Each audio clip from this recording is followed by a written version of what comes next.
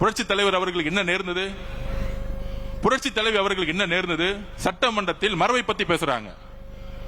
புரட்சி தலைவி அவர்களை சேலையோடைய இழுத்து கிழிச்சது யார்? இதே திமுக. திமுக மரபை சட்டமன்றத்தில் ஃபாலோ பண்ணாங்களா? அப்ப அம்மாவுடைய உணர்வு, புரட்சி தலைவியோட அம்மாவுடைய உணர்வு ஒவ்வொரு அதிமுகவுடைய தொண்டருக்கும் அவனுடைய உயிர் நாடியில் இருக்கிறது. எங்களுடைய அம்மாவை சட்டமன்றத்தில் கை வச்சீங்க, எங்களுடைய அம்மாவை ஜெயிலுக்கு தள்ளினீங்க. அந்த உணர்வு ஒவ்வொரு அதிமுக தொண்டர்களும் இருக்கிறது. அம்மா இறந்திருக்கலாம், ஆனால் அம்மாவால் உருவாக்கப்பட்ட மாவட்ட செயலாளர்கள், ஒன்றிய செயலாளர்கள், கிளை செயலாளர்கள், முன்னாள் அமைச்சர்கள், எம்பிக்கள் எப்பொழுதும் அம்மாவுடைய நினைவு இன்றைக்கும் தன்னுடைய உயிர் நாடில் இருந்துட்டு இருக்கு. அப்படி இருக்கும் பொழுது அம்மாவை கைதுக்கு முக்கிய காரணமாக இருந்தவர்கள், சட்டமன்றத்தில் சேலையை கிழிச்சவர்களுடன் திரு இபிஎஸ் அவர்கள் தன்னை முதல்வராக்க திரு மு.க. ஸ்டாலின் அவர்களிடம் உதயநிதியிடம் பேச்சு வார்த்தை எவ்வளவு பெரிய துரோகம். முன்னாடி இதே இபிஎஸ் அவர்கள் சொன்னார். என்ன சொன்னாரு? திரு ஓபிஎஸ் பழனிசாமி அவர்கள், திரு ஓபிஎஸ் பன்னீர்செல்வம் அவர்கள் ஒரு துரோகி, திமுகவுடன் சேர்ந்து விட்டார். தேர்தலுக்கு முன்பு அவராச்சும் பரவாயில்ல, தனிப்பட்ட கட்சியிலிருந்து ரிசைன் பண்ணிட்டு தனிப்பட்ட முறையில் போய் சேர்ந்தார். அம்மாவால் 3 முறை முதலமைச்சராக்கப்பட்டவர். அவரை துரோகின்னு சொன்னவர் திரு இபிஎஸ் பழனிசாமி அவர்கள். ஆனால் ஒட்டுமொத்த கட்சியும் திமுகவிடம் அடமானம் வைக்கும் பொழுது அங்கதான் கொதிச்சு எழுதாங்க உண்மையான அதிமுக விசுவாசிகள், முக்கியமாக தாய்மார்கள்.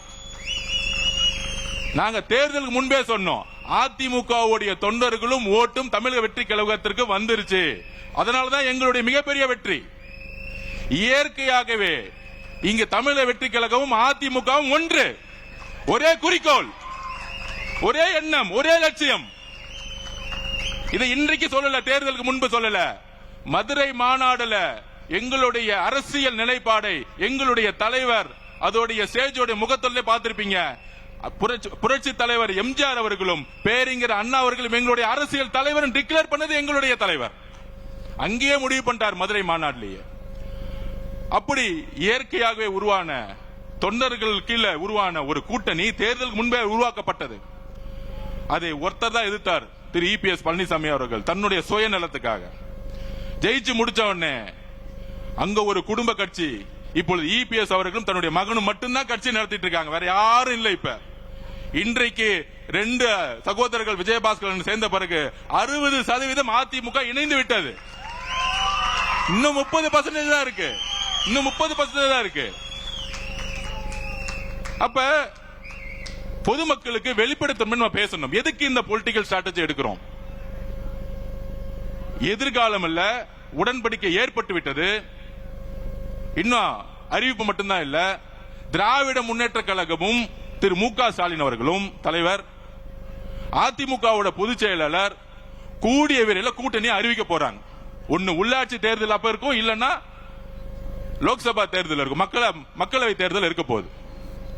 அப்ப இவங்க 2 பேரும் சேரும் பொழுது கையில் வச்சிருக்க பணமும் டெல்லியோடைய சப்போர்ட்டும் பிஜேபியோட சப்போர்ட்டும் சேர்ந்துகிட்டு ஒரு அரசியல் சூழ்நிலையை தவறா தமிழ்நாட்டில் உருவாக்கிடக் கூடாது.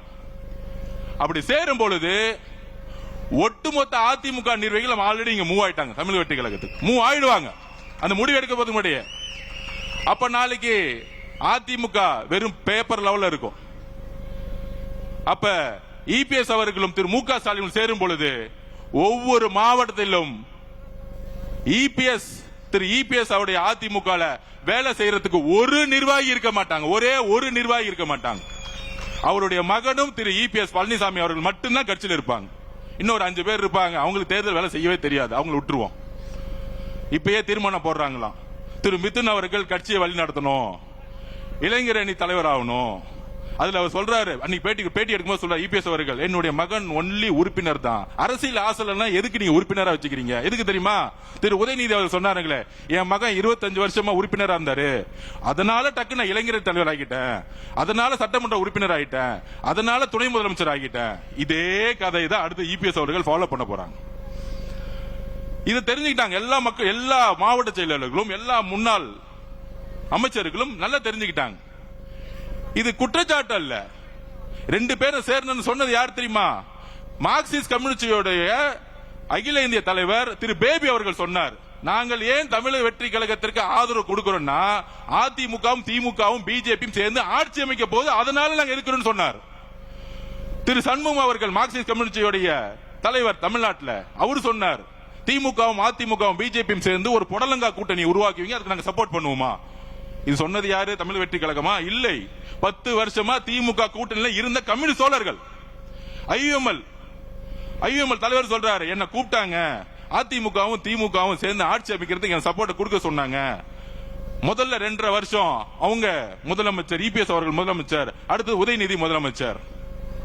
என்ன ஒரு சூழ்ச்சி, எவ்வளவு பெரிய அநியாயம்.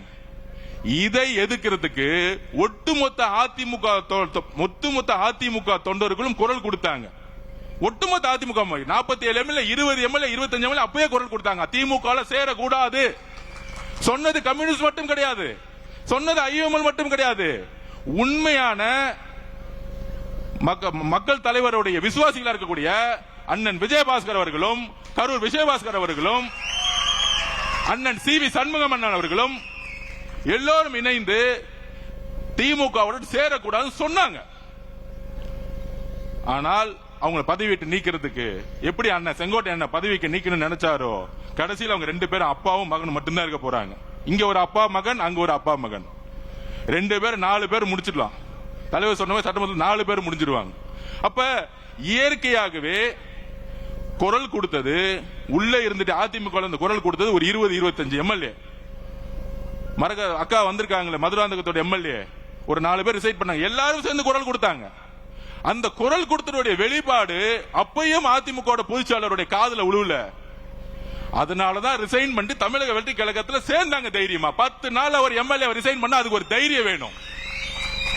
அந்த தைரியம் எங்கிருந்து வந்துச்சுன்னா, புரட்சி தலைவி அம்மா கிட்ட நான் வளர்ந்தேன், எனக்கு பேர் வச்சதே புரட்சி தலைவர் தான். அம்மா புரட்சி தலைவர் தான் எனக்கு பேர் வச்சாங்க. மதுராங்கத்தோட எம்எல்ஏ நம்ம சகோதரி சொன்னாங்களே, புரட்சி தலைவர் தான் எனக்கு பேர் வச்சாங்க. எப்படி நான் திமுக சேரும் போது நான் எப்படி அந்த கட்சியில இருப்பேன்?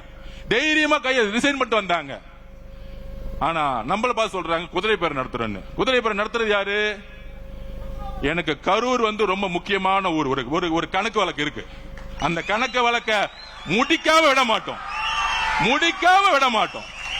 இதே மண்டலத்தில் சொன்னோம், எங்க தலைவரை கை வச்சீங்கல்ல கரூர்ல, எங்க மக்களை கை வச்சீங்கல்ல ஸ்டாலின் அவர்களே, திரு உதயநிதி அவருடைய வாழ்க்கைக்காக எங்களுடைய மக்களை காவல்துறை மூலமா கொன்று குவிச்சீங்களா, அதற்கான பதில் ஒரு நேரத்தில் நடக்கும். சட்டம் தன்னுடைய கடமையை செய்யும். அப்ப கரூர்ல எந்த மாதிரி சூழ்ச்சியை உருவாக்கினார், அது கண்பட பார்த்தவர் நம்மளுடைய அண்ணன் விஜயபாஸ்கர் அண்ணன். எல்லா உண்மைகளும் வரும். இதை மறைக்கிறதுக்காக தான் இப்ப இந்த 10 நாளா தமிழக வெற்றி கழகத்தில் எம்எல்ஏவை விலை கொடுத்து வாங்குறதுக்கு 50 கோடி ஆஃபரா. போன் அடிச்ச உடனே போலீஸ்க்கு இன்ஃபார்ம் பண்ணிட்டார் நம்ம எம்எல்ஏ. திராவிட முன்னேற்ற கழகத்தின் திரு மு.க. ஸ்டாலின் அவர்களே, எங்களுடைய ஒரே ஒரு வேட்பாளரை நீங்க விலை கொடுத்து வாங்க முடியல. அது ஞாபகம் வச்சுக்கோங்க. ஒரு வேட்பாளரை 234 233 பேர் தாக்கல் பண்ணி நின்னாங்க எலெக்ஷன்ல. உங்களுக்கு காசு கொடுத்து வேலை செய்யறதுக்கு, காசு இல்லாம வேலை செய்யறதுக்கு இன்னும் திமுக ஒன்னும் தெரியல. இங்க இருக்கக்கூடிய அதிமுக தொண்டர்கள் ஒருத்தரும் காசுக்காக இங்க வரல. புரட்சி தலைவர் அம்மாக்காக, புரட்சி தலைவர் எம்ஜிஆருக்காக உட்கார்ந்துட்டு இருக்காங்க. இனி செல்லும் இடமெல்லாம் செய்தி. தந்தி டிவியின் வாட்ஸ்அப் சேனலை ஃபாலோ பண்ணினா செல்ல இருக்கும் இடமெல்லாம் செய்தி. இதோ QR கோட், இப்பவே ஸ்கேன் பண்ணுங்க, ஃபாலோ பண்ணுங்க.